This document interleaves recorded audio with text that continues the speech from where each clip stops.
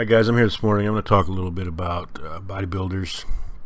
Back to bodybuilding, if you will. I make videos that kind of run the gauntlet of all kinds of different topics. Everything from pro wrestling to cars to pro athletes to babies to whatever. Today I'm going to talk a little bit about bodybuilding, back to bodybuilding. I'm going to talk a little bit about some of the bodybuilders in the past, some of the in particular, two of the strongest bodybuilders, and how they look today and the things that have happened to them in terms of injuries. Number one, I'm going to start with Dorian Yates. Now, Dorian Yates was, of course, the Mr. Olympia. This guy was idolized by a lot of hardcore bodybuilders. Really started the mass at the Mr. Olympia. But Dorian, really, his training style was very, very hard on his body. You can see in these pics, on the left in particular, that bicep, that left bicep of his is torn, and the tricep might be too in this picture. I don't know, but all of us remember the Olympias, his last couple Olympias, whatever. When that bicep just did not look right, and did he deserve to win? I don't know. Probably not, probably, but he still did, because I mean, he had an aura, and that's what won him those titles. And maybe he shouldn't have gotten them, although he did pretty much smoke everybody from the back, and that includes Nasser. People can talk about Nasser being the uncrowned Mr. Olympia, and I'm not necessarily disagreeing with that, but Nasser had nothing from the back to bring to compete against Dorian, and that's what Dorian won his titles. From the front, yeah, you could give Nasser definitely the advantage, however, so it could have went either way. Now, this Dorian Yates today on the right, it's probably from 2015. Again, that left arm of his is pretty much atrophied down to like a normal guy's arm. If you see pics of him, though, he still looks pretty decent. You know, for all things considered, for the massive amount of injuries that he has had. This is a few years old as well. You know, he's getting to be. It's one of those things where these guys get older, and those gains kind of leave. You know, they don't take the GH, they don't take all the stuff that, you know, you need to be a mass monster. It's just not healthy. This is a pic, I believe, of him and his wife. Pretty attractive wife, looks like a bodybuilding wife. I think this is a couple years, 2, 3, 4 years old. Still looking pretty decent. You know, I can't give a definite date on this. I think this post is on Twitter from 2015, but man, yeah, he's in his 50s. I mean, he's looking pretty damn good, really, all things considered. Yeah, that left arm, you know, will never be the same, but it is what it is. I don't think he really cares. A lot of people, you know, talk about things, you know, in the past. They dwell on the past. Dorian, I saw Dorian, and a lot of you have probably seen the Joe Rogan podcast with Dorian Yates. If you haven't, it's a great podcast, very interesting. Joe Rogan, a huge admirer of Dorian Yates, by the way, which surprised me.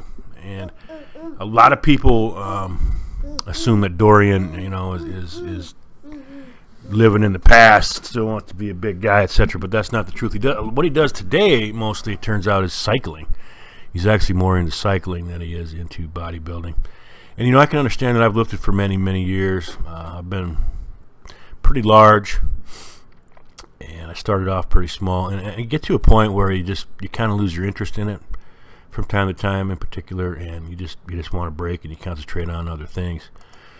This Dorian when he was young, so yeah, you can see the progress that he made. Now, Dorian injuries include a thigh injury, I believe, and of course that arm, all kinds of problems with torn tricep, torn bicep, and it pretty much forced him out of bodybuilding.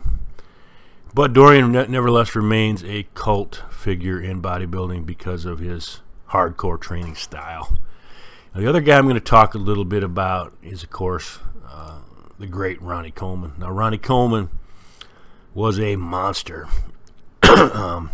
complete monster in the gym. We've all seen some of his lifts. If anybody made Dorian, you know, overcome Dorian with strength, it would have been Ronnie Coleman in terms of Mr. Olympia. Ronnie Coleman these days, however, is not so good. I think he's had both of his hips replaced.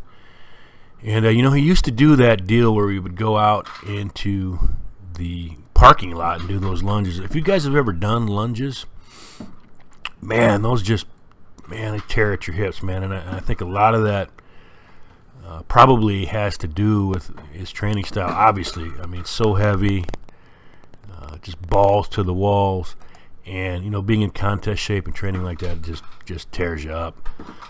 But I think Ronnie's been under the knife multiple times for multiple injuries. I think he had a nerve problem towards the end of his career, where one side of his body was larger than the other side. I remember hearing that. That's one of the reasons that he did lose the Mr. Olympia as well. So yeah, but if you ever listen to or see Ronnie Coleman these days, he's still a very upbeat guy.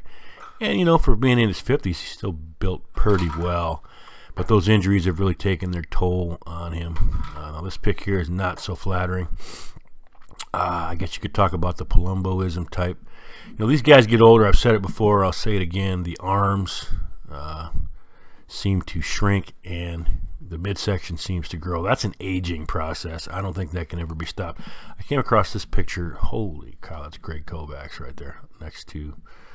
wow, man, look at that. Greg Kovacs next to Jay Cutler.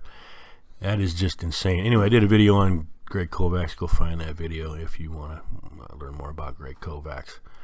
Maybe the strongest bodybuilder ever, and maybe the largest bodybuilder ever. Anyway, back to Ronnie Coleman. Now, Ronnie, there was rumors about him coming back and all this mumble jumble, but I think he just went under the knife again with more issues. So the great Ronnie Coleman seems happy in life, though. When you just saw an interview after this year's Mr. Olympia, he seemed real happy. I think he was walking with a cane or a walker type thing, but you know, God bless Ronnie Coleman. Always seemed to be a decent guy, if not you know, anything else. I guess you could say he was a decent guy, and you never hear him talk a lot of trash about people. So you know, it is what it is. But now this apparently is a pic from 2017 of Ronnie Coleman. Now, I don't know if this is true or not. Here he is on the right today. I mean, you know, he looks like an older dude. Still built pretty well. And, you know, pumping it up. This is kind of a then and now type video. And I don't know how real this is or how up-to-date this really is, but still looking pretty good. No doubt, you know, when these guys get off the hardcore stuff, they are still on TRT. I'm sure that their testicular fortitude has been destroyed forever, and they have to substitute with testosterone. It is what it is, though. That's to be expected. And again, you know, you go back and you look at some of these guys after bodybuilding, some of the hardcore training guys, and you know, they don't really age too well. A lot of them, to be completely honest, don't live that long either, especially guys from the 90s. I don't know what that is. This is a famous picture of Mustafa Muhammad. Then and now, I guess this is a while ago, though. But 2 years after training, that's him on the left, stopped training due to health issues. And of course, talked about Dorian Yates. Now, I don't know, you know, yeah, that's quite a step down, but I think it was willingly a step down. Flex Wheeler, of course, the kidney issues, kind of got back into the physique side of it. Wasn't the best guy up there, but nevertheless, he did his best. Tom Prince, of course, more kidney issues. This is a legendary photo of Tom Prince on the right. How fast you can go from hero to, you know, just another guy, a shadow of himself, kidney failure again. Paul Dillette, all kinds of issues with bodybuilding in terms of posing. Could not get dry, could not bring up that back, but nevertheless a monster. I did a video on Paul Dillette. Check it out. Gunter still looks pretty good in my opinion for his age. Massive man, massive bodybuilder. Cormier trains all these guys nowadays. Bob Paris, this is another legendary picture of the then and now. On the right, now he's pretty much gave up on bodybuilding, but still looks, you know, like an average, well, a guy in good shape. Levrone, of course, is back into bodybuilding. This is the right picture. I thought it was a joke at first, but that is Kevin Levrone. Anyway, yes, these guys, a lot of these guys, particularly Dorian and Ronnie Coleman, ran into serious injuries that really kind of hampered them for the rest of their lives. Dangerous sport, you know, with the drugs, with the massive amounts of food, the lifting, etc. You don't know what or if you'll be alive, what the quality of life will be with 10 years after you're done bodybuilding. So, but thankfully, most of these guys are still around.